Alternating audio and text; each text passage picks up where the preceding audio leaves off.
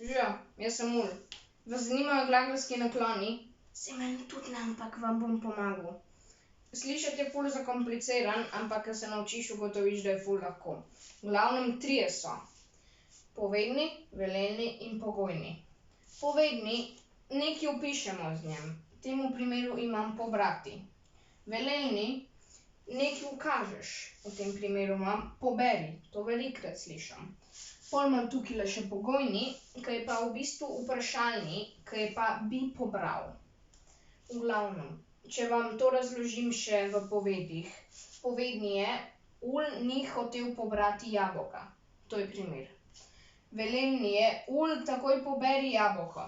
To je velikokrat res. In pogojni je: Ul bi pobral jabolko. To skoraj nikoli ne slišim, ampak, Če želite še kaj več znanja o slovenščini, se mi pridružite jutri, saj